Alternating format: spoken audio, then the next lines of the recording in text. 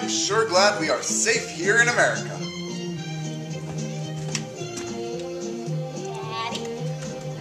Bobby and Susie and Jimmy all want to go play hopscotch. Can I go? Sure, kiddo. Whoa there, Dad. Don't let your kid go outside just yet. There could be a communist infiltrator in your neighborhood. What do you mean? What's a communist? Good question, Sally. Any red traitorous bastard that wants to destroy our way of life is a communist. But not all communists are dictators in far-off lands. They could be right here, in your very neighborhood. Why, even your mild-mannered neighbor, Mr. Johnson, could be a red spy. In this video, HUAC will tell you how to avert the red danger, but first, we must tell you the consequences of communism in Part 1, the danger of communism. First, let us examine the case of Billy Miller, a typical teenage American boy. He loved life and didn't have a care in the world. Unfortunately for Billy, his life will be cut short by communism. We'll begin in the morning, when Billy is awoken by his mother. Morning, Mama. Can we have some flapjacks for breakfast? I'm ready to start my day as a proud American citizen. Little does Billy Miller know the horror that is about to befall him this morning. Like every good American, Billy started his morning with a healthy routine of calisthenics. Then he played a game of tetherball. Finally, he finished with America's pastime, baseball.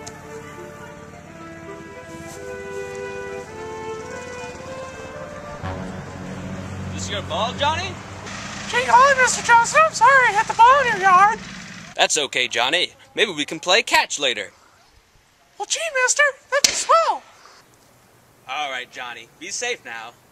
Unfortunately for Billy, Mr. Johnson was a traitor of the worst kind, a red spy placed here by Soviet Russia to warp the minds of our children. You see, it is the mission of the communists to gain the trust of our children, whether through sporting activities, helping them with their homework, or just taking a stroll through the woods. Once your child lets their guard down, the communists will begin filling their mind with nasty, filthy red propaganda. Howdy, Mr. Johnson. Hey, Billy. Are you gonna vote for President Truman? I don't think so, Billy. Why not, Mr. Johnson? Well, Billy, there's a lot of things I don't agree with Mr. Truman on. Like the war, for instance. Okay. From that moment on, the seed of communism spread through Billy's mind like a cancer. Next morning when he awoke, he was no longer Billy Miller, but an enemy of the state. He had become a communist. Billy, time to get up for school. Why? So the bourgeois elite can brainwash me into their system? Suck it, Mama! Down with capitalism! Down with the American government! Go, Stalin! I'll go! I've got too much communism in me! The communism killed Billy, because communism, as we all know, is a disease of the mind. However, like any disease, it can be prevented, if we spot the symptoms. We will now show you how to identify a communist in Part 2, Symptoms of Communism.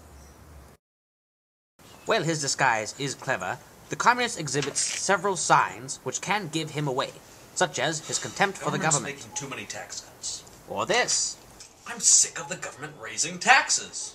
The communist does not follow American sports like we do. Hey there, mister, did you catch the game last night? No, I don't think I did. What about football? No, I don't really follow it. He must be a red traitor. But don't just look at those signs. Look for several others.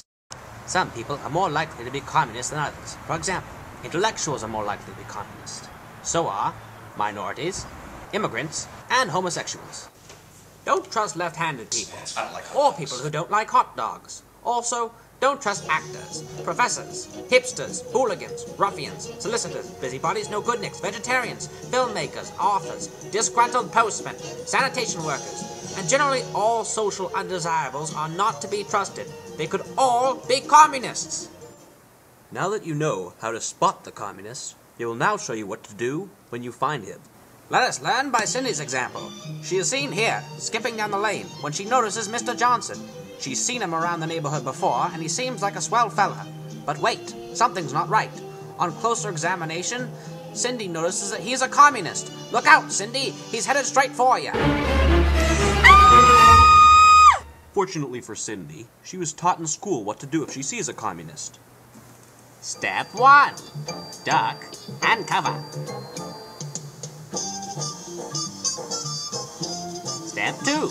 Immobilize the communist attacker. Nice job, Cindy. Step 3. Notify the authorities of the communists in your neighborhood. That's right, notify them. Right away. Anytime now. Operator, notify the authorities. Nice job, Cindy. Now let's watch those taxpayer dollars go to work. Hello? Hello, are you Mr. Johnson? Why, yes, I am. Ah! Ow! Hey, mister, what'd you do that for? You're under arrest for being a dirty red. Come with me. Mr. Johnson, you're guilty! Guilty, guilty, guilty! Please, Your Honor, I'm telling the truth. I'm not a communist. I pay my taxes. Oh, I'm not finished. You, sir, are going to jail for 20 billion, gillion years in prison. I ought to throw the book at you, and I think I will. 2! 2? 2 what? 2 books! Ow! Take him to jail! Take him! Get him out of here! Forever! I'm a congressman! You're counting on me. No! No! I'm not a communist! Ah!